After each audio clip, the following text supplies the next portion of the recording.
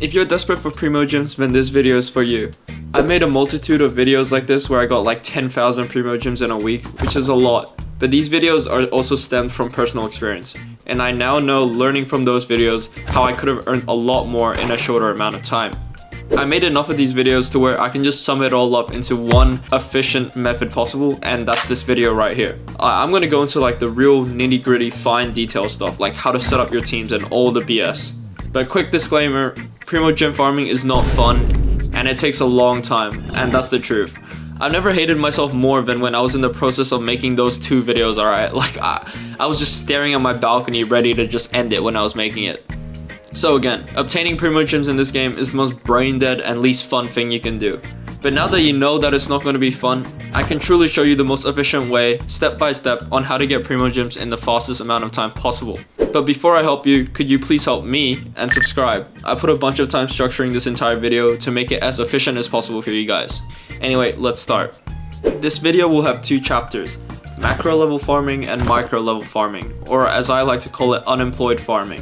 Macro level farming is where the bulk of your Primo Gems will come from, and unemployed level farming, or as the name suggests, is literally minuscule amounts of Primo Gems, or the micro. These are the ones like barely anyone has, but for 10 Primo Gems and a lot of effort, you can get it. Again, I call it that because if you're desperate for Primo Gems, where you have to do like extreme quests like this, you probably don't have a job. Like let's just be for real. But let's start on the macro level farming. This can go down into 2 more categories, which I call quest and exploration. When I talk about quest, I'm talking mainly about Archon, character, and world quest. In order of priority, you need to do the Archon quest first, and then the characters second, and the world quest third. This is just based on how many Primo Gems it gives you.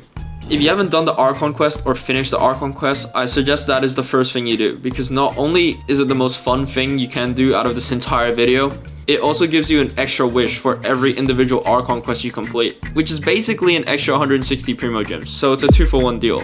Next, there are a huge abundance of character story quests. These are the ones that use the key, and each one gives you 60 Primo Gems, which is a lot. There are so many of these that if you haven't started on them, it could actually take days to complete them all. Now each one takes around 30 minutes to an hour depending on how fast you're doing it, and technically it doesn't give you 60 Primo Gems, it actually gives you 65 because it's always a precious chest at the end of it. Again, I will put this at the second most priority, so do these after the Archon quest. The last important quests which I would do are the world quest. These are the quests that like unlock parts of your world and stuff, and from a gameplay standpoint, it probably is the most important, but from a Primo Gem standpoint, it's like, it's whatever. These take the longest to complete, and they do give a considerable amount of Primo Gems as you progress, but again, like, it takes a long time relative to the Archon and character story quest. Some of these took days. I remember when I was farming, like, the Furnace Inazuma quest took like 5 or 6 days to do. So again, don't worry too much about these, just put these in the background if you haven't done the Archon and character story quest. Depending on how far behind you were, you can actually get like 3,000 to 4,000 Primo Gems right there. So what's the next step? Well, funnily enough, I tell you to prioritize it, but that's actually not where most of your Primo Gems will come from. Most of your Primo Gems will come from just exploring and opening chests and puzzles around your world. If you have low exploration percentage numbers, then you're gonna have a field day with this. The immediate first thing you want to do is search up Genshin Interactive Map on your browser, and I'll also provide a link in the description. So log in so you can track your progress as well. If this is your first time you've ever seen this, it's basically just a checklist, so you can see what's on the map and you can tick it off. You know, it just helps so you don't go to the same place twice. Now, what I would do is just focus on one region at a time. If you haven't explored Mondstadt yet, you're probably AR24. You can start on that first, because why not? If you haven't explored the desert, I also completely understand. I would avoid it too. But yeah, whatever region you have low percentages on, just get on that first.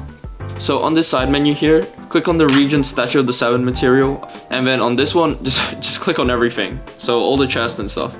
Then on the puzzle section here, I would click on like every single one except the Seelies. Again, just prioritize the quick ones first. Sometimes Seelies just go to the middle of nowhere and it just like fucks up your route, so we're just gonna ignore them first. So now that you have these like things enabled, my next recommendation is to just find these in sections. So go in like a pattern where you're going like a straight line through the region. So if I was in Mondstadt, I would like start from the top right and work all the way down to the bottom right, then bottom left, and then top left. So there's like a bunch of little nuances I can get into and all the micro and shit, but this is just a general pattern. Just try and make it organized and a straight line, because you don't want to be going back and forth and back and forth. That's just like a waste of time. For lower AR players, I would typically recommend to make a conscious effort to upgrade the statue of the 7 as well. It doesn't always give Primogems, but it's also just a stamina thing, and that really affects how fast you can do this entire thing. You also get shrine keys sometimes, and that gives you 40 Primogems each, so that's a nice bonus. And while we're on the topic of like stamina, your team will also affect how fast you can explore. So use characters with abilities that make you go faster and don't require stamina. For example, like Yelan or any Natlan character. For free-to-plays, Sayu is really busted because her E abilities lost a surprisingly long amount of time. During exploration, there might be chests that are just way up on a cliff. This is when it's also useful to have a character that can elevate you in height quickly. Back then for me, I used Albedo and Keqing, but Natlan characters are pretty damn good at this, and if you're looking for a free-to-play option, try the Geo Traveler or Auroron. So make sure you're running a full exploration team, and bonus points if you have 2 Nemo characters on the same team, because that gives a 15% stamina buff. So that's pretty much the rundown. When you're done with a nation, like you have most of the icons ticked off on your interactive map, just move on to the next nation. I would say start on Mondstadt, then Liyue, because they have the most basic puzzles to go through. And again, let me reiterate that this isn't like fun in any way whatsoever. It's a grind, and it's a very long one. Don't kill yourself doing this, it's just a fucking game. But that's the macro part. You can easily earn like 20 to 30,000 Primogems from this without even 100%ing everything possible. Alright, we're gonna move on to the unemployed Primogem hunting now, but if you haven't already and you found this helpful, please subscribe for more tutorials like this. Alright, if you've already finished all the quests and your explorations are like 100%, then yeah, the first half of the video probably wasn't too helpful, but hopefully this part can help you. At this point, other than events, Primogems I know are hard to come by, and I hear that a lot in the comments, so don't be surprised if the stuff I say doesn't yield much, but you might have missed out on this stuff anyway. All the stuff I told you to skip in the macro section like the Sealies, I'd probably get on that now if you haven't. Now, what we're gonna do for micro farming is achievement hunting. And I know this is crazy, but honestly, some of these yield 5 to 10 Primogems each, and they're not that hard relative to some of the bullshit you have to get from road quests. For example, if you haven't done the co-op multiplayer ones, just find a friend or get a random. Kindly ask to help them with co-op and stuff like that. There are a bunch of co-op achievements and they're all relatively easy, like just kill bosses 20 times or do a domain as a co-op together. It's really easy.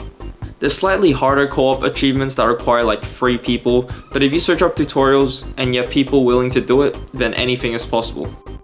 Achievements like dying to a boar are a bit harder to set up, especially if you are high level, but I suggest just standing in a patch of grass and standing in the fire until your health reduces to like 200, and then immediately pause by opening the map, and then teleporting here where the boars are, and then just die to it, and that's like an easy 5 Primogems right there. Another quote-unquote micro thing, I guess, is the web event calendar, and that usually gives 30 to 60 Primogems. Some people might argue that's not minuscule since it's really easy to do, and I agree, but like sometimes I'm just too lazy to do it. There are like a lot of extremely niche things in this game that drop like chests. For example, there's just one where you stand here at a perfectly exact same time to match the painting, and that drops a chest. Like, I don't even know how people figure this stuff out, but luckily these are all on the interactive map, and there's a lot of YouTube videos and sources out there that can help you. Again, if there's more niche Primogem methods, please mention it below, and again, please subscribe for more videos like this. Have a good night.